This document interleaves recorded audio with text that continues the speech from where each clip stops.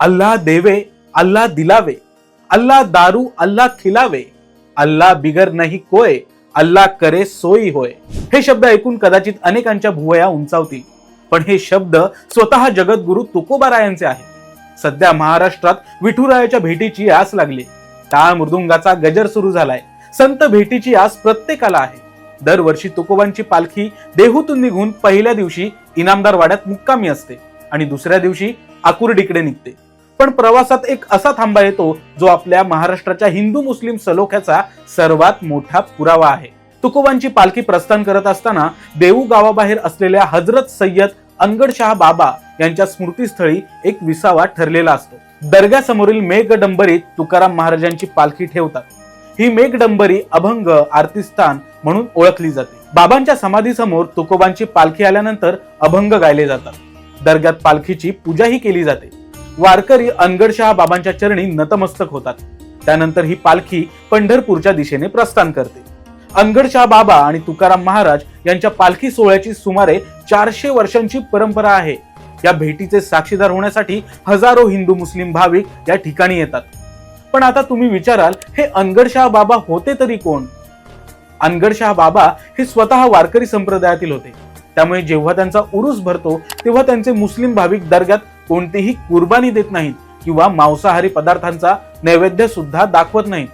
बाबांच्या समाधीसमोर गोड पदार्थांचा नैवेद्य दाखवला जातो. तुकाराम महाराजांचे साधुत्व अनगडशाह ऐकून होते.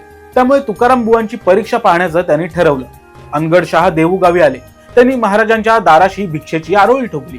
आपल्या दाराशी भिक्षा मागण्यास आलेल्या कोणासही घरात धान्य असल्यास देत जाणे, नसल्यास गोड शब्दाने बोलून समाधानपूर्वक परत करणे, असं तुकोबांनी जिजाबाईंना सांगून ठेवलं होतं. जिजाबाई हे तंतोतंत पाळीत असत. फकीराने भिक्षा मागता जिजामातेनं आपल्या मुलीला म्हणजे गंगूला सांगितलं, मडक्यादन त्या फकीरास पीठ वाढ. गंगूने आपल्या चिमुकल्या हाताच्या ओंजळीत पीठ घेतलं व त्या फकीराच्या कटोऱ्यात टाकलं. पीठ कटोऱ्यात पडताच तो भरून खाली सांडू लागला. हे पाहून अनगडशाह एकदम चकित झाले. त्यांनी प्रश्न केला, तुझं नाव तुकाराम आहे का? हे ऐकून गंगू हसायला लागली. ती म्हणाली, तुकाराम माझे बाबा आहेत, ते कुठेतरी भजन करत असतील. अनगडशाह न थांबता महाराजांच्या दर्शनास गेले. त्यानंतर ते देहूला वरचेवर येऊ लागले. शेवटचे दिवस देहूत घालवून तिथंच त्यांनी देहत्याग केला. त्यांची समाधी देहू गावाजवळ आजही सुस्थितीत आहे. त्या समाधीची सर्व व्यवस्था महाराजांच्या वंशजांकडून होत आहे. आजही अनगडशाह बाबा दर्ग्याच्या पुजाऱ्याचा मान हिंदू धर्मीय मुसुडगे कुटुंबाकडे आहे. सध्या गोविंद मुसुडगे हे दर्ग्याचे पुजारी आहेत. त्यांच्या 3 पिढ्या या दर्ग्याची सेवा करत आहेत. गोविंद यांच्या आजोबांनी या दर्ग्याची सेवा करायला सुरुवात केली होती. गोविंद सांगतात, आम्ही आणि आमचं कुटुंब मनोभावे या दर्ग्याची सेवा करतो आणि यापुढेही असंच करत राहू. तुकाराम महाराजांनी आयुष्यभर जात धर्म बाजूला ठेवून काम केलं. अनेकांचा उद्धार केला. त्या काळी अनगडशाह बाबा तुकाराम महाराजांसोबत कीर्तनाला देखील जात असत. त्यानंतर तुकाराम महाराजांनी त्यांच्या जमिनीचा काही भाग अनगडशाह बाबा यांना दिला होता.